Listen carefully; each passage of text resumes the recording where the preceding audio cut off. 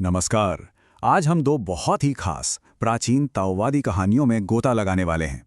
ये कहानियां ना हमारी इस भाग दौड़ भरी मॉडर्न दुनिया को देखने का एक बिल्कुल अलग, एक पावरफुल नजरिया देती हैं और बात करती हैं एक ऐसी बीमारी की जिससे शायद हम सब कहीं ना कहीं जूझ रहे हैं, और वो है जल्दबाजी की बीमारी।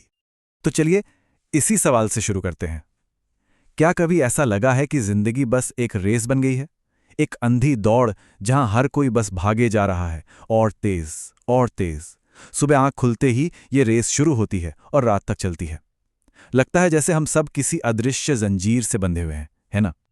जल्दी करो, ये आवाज ऐसा लगता है हर जगह हमारे कानों में गूंजती रहती है। बचपन से ही तो हमें यही सिखाया जाता है, जल्दी करो लेट हो जाओगे। और अब ये जल्दबाजी, ये उतावलापन हमारी रग रग में बस गया है, एक ऐसी आदत जो हमें लगातार दौड़ाए रखती है। और सिर्फ घर पर ही नहीं, हमारे काम, हमारे करियर, सब कुछ इसी जल्दबाजी के चारों ओर घूमता है।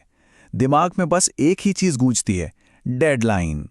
हम दिन रात लगे रहते हैं, लगातार ईमेल्स चेक करते हैं, एक मीटिंग से दूसरी मीटिंग में भागते रहते हैं, और आराम, वो तो जैसे कोई दूर का सपना बनकर रह गया है। और ये रफ्तार की जरूरत ना अब हमारी जिंदगी के हर हिस्से में घुस चुकी है, यहां तक कि हमारे खाने में भी। सोचिए, पैकेट वाला खाना, फास्ट फूड, 2 मिनट में माइक्रोवेव में गर्म होने वाला खाना, हमने शांति से, सब्र से बैठकर खाने की आदत ही जैसे छोड़ दी है। और फिर आती है टेक्नोलॉजी। बनी तो थी हमारी मदद के लिए, लेकिन अब वो हमें हर पल टोकती रहती है। स्मार्टफोन की वो लगातार बजती नोटिफिकेशंस, टिक टिक टिक, जैसे हमें बार बार याद दिला रही हों कि समय कम है और भागो। ये हमें जिंदगी के जो नेचुरल फ्लो है ना, उससे बहुत दूर ले जा रही है। यहीं पे ना दो अलग अलग दुनियाओं का फर्क साफ नजर आता है। एक तरफ है प्रकृति की अपनी लय, बिल्कुल धीमी, धैर्यवान और हार्मोनियस। सोचिए, नदियां कभी जल्दी में नहीं होती, वो बस बहती हैं। पेड़ भी सालों तक अपनी जड़ें फैलाते हैं, फिर जाकर आसमान छूते हैं। और दूसरी तरफ है हमारी मॉडर्न दुनिया की जल्दबाजी, एकदम तेज, बनावटी और केओटिक। और ये जो कहा गया है ना कि हम प्रकृति के विपरीत दिशा में जा रहे हैं, जहां प्रकृति कहती है सरलता अपनाओ, हम जटिलता को गले लगा रहे हैं, ये बात बिल्कुल सटीक बैठती है। हम नेचर के खिलाफ जा रहे हैं और इसकी बहुत भारी कीमत भी चुका रहे हैं। फिजिकल बीमारियां, मेंटल स्ट्रेस, एंजाइटी, डिप्रेशन, ये सब उसी जल्दबाजी का ही तो नतीजा है। तो सवाल ये है कि इसका हल क्या है? शायद जवाब प्रकृति के पास ही है। चलिए अब अपनी पहली कहानी की तरफ बढ़ते हैं, जो हमें सब्र यानी पेशेंस का एक बहुत गहरा सबक सिखाती है। ये कहानी है बांस के रहस्य की। तो इस कहानी में 2 लोग हैं।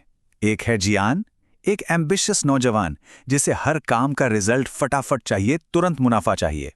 और दूसरा है लाओवे, एक बुजुर्ग माली जिसकी आंखों में एक गहरी शांति है।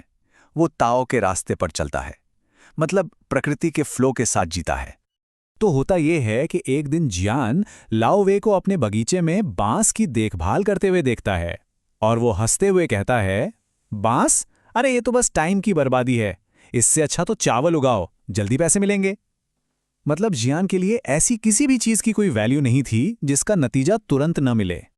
लाओवे बस मुस्कुराते हैं और जियान को बताते हैं कि बांस का पौधा पूरे 4 साल तक सिर्फ जमीन के नीचे अपनी जड़ें फैलाता है। ऊपर कुछ नहीं दिखता, जरा सी भी ग्रोथ नहीं, बस सब्र के साथ इंतजार करना पड़ता है 4 साल। और फिर जब उसका सही समय आता है तो वो बांस इतनी तेजी से बढ़ता है, इतनी तेजी से कि हर दिन उसकी हाइट कई कई इंच बढ़ जाती है। जो चीज सालों तक जमीन के नीचे छुपी थी, वो अचानक से आसमान छूने लगती है। अब जियान ये देख के बिल्कुल हैरान रह जाता है। वो पूछता है, ये कैसे हुआ? तो लाओवे का जवाब ना बहुत गहरा है। वो कहते हैं, मैंने बस ताओ का रास्ता अपनाया, मैंने उसे पानी दिया, उसके समय की इज्जत की, और अब वो खुद बढ़ रहा है क्योंकि उसका समय आ गया है। मतलब ये कोई जादू नहीं था, ये उन सालों की मेहनत का नतीजा था जो दिखाई नहीं दे रही थी। असली ग्रोथ के लिए एक मजबूत फाउंडेशन की जरूरत होती है, और फाउंडेशन बनाने में वक्त लगता है। तो धैर्य का ये सबक तो बहुत जरूरी है, लेकिन ताओ का ज्ञान इससे भी कहीं ज्यादा गहरा है।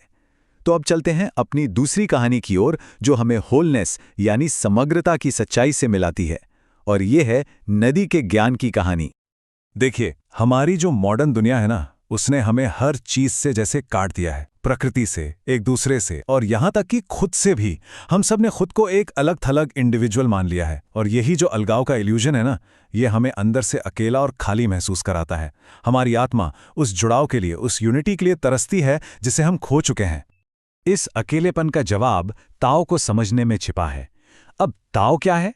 इसे समझने के लिए एक बहुत ही खूबसूरत मेटाफॉर है। सोचिए कि ताओ एक विशाल सागर का पानी है और हम सब उस पानी में उठने वाली लहरें हैं। अब लहरें अलग अलग दिखती तो हैं, छोटी बड़ी, तेज धीमी, पर हैं तो वो उसी पानी का हिस्सा। पानी से अलग उनका कोई वजूद नहीं है। हमारी दूसरी कहानी ऐसे ही एक बेचैन नौजवान की है जिसका नाम था झिंग। उसके मन में भी सवालों की लहरें उठ रही थीं। वो जिंदगी का मतलब समझने के लिए महान फिलॉसफर लाओ त्सू को ढूंढता हुआ पहाड़ों में निकल पड़ता है। जब जिंग लाओ त्सू से पूछता है कि ताओ क्या है, तो लाओ त्सू उसे एक नदी के किनारे ले जाते हैं और कहते हैं, ताओ ये पानी है और तुम एक लहर हो। लहरें आती हैं और चली जाती हैं, लेकिन पानी हमेशा रहता है। इसका मतलब ये है कि हमारी पहचान, हमारे डर, हमारी ख्वाहिशें, ये सब लहरों की तरह हैं, टेम्पररी, आते जाते रहते हैं। लाओ त्सू सिंह को सिर्फ बताते नहीं हैं, बल्कि उसे ये चीज़ एक्सपीरियंस करने का एक तरीका भी सिखाते हैं। वो उसे नदी किनारे चुपचाप बैठने को कहते हैं। पहला स्टेप, नदी की लहरों को देखो। दूसरा स्टेप, अपने अंदर की लहरों को देखो, अपने विचार, अपने डर, अपनी इच्छाएं। और तीसरा स्टेप, उस पानी को महसूस करो, उस गहरी शांति को जो इन सब लहरों के पीछे हमेशा मौजूद रहती है। वही पानी है, वही ताओ है। तो इन दोनों कहानियों से हमें क्या सबक मिलता है? इस ज्ञान को हम अपनी मॉडर्न लाइफ में कैसे अपना सकते हैं? चलिए अब इन सारी बातों को एक साथ जोड़कर देखते हैं। मास की कहानी हमें सिखाती है कि असली ग्रोथ में वक्त लगता है, इसलिए सब्र रखना जरूरी है, और ये कि फाउंडेशन बनाने में लगा काम कभी बेकार नहीं जाता। वहीं नदी की कहानी हमें याद दिलाती है कि हम सब एक ही महासागर का हिस्सा है। हमें अपनी छोटी सी लहर यानी अपनी इंडिविजुअल आइडेंटिटी से आगे बढ़कर उस पानी को देखना होगा जो हम सबको जोड़ता है, और जिंदगी से लड़ने के बजाय उसके फ्लो के साथ बहना सीखना होगा। अब इसका मतलब ये बिल्कुल नहीं है कि हमें अपने सपने या एम्बिशन छोड़ देने हैं। नहीं, इसका मतलब बस इतना समझना है कि हमारे सपने और हमारी इच्छाएं भी उस बड़े महासागर की लहरों की तरह हैं। हम उन्हें जी सकते हैं, उन्हें एंजॉय कर सकते हैं, पर उनसे चिपकना नहीं है, बस उनके फ्लो को एक्सेप्ट करना है। तो आखिर में एक सवाल है जिस पर सोचा जा सकता है। जब दिन भर की भाग दौड़ खत्म हो जाए तो एक पल रुककर खुद से पूछना है, किसी की भी अपनी इच्छाओं, डर और पहचान की इन सब लहरों के पीछे वो शांत, गहरा पानी क्या है?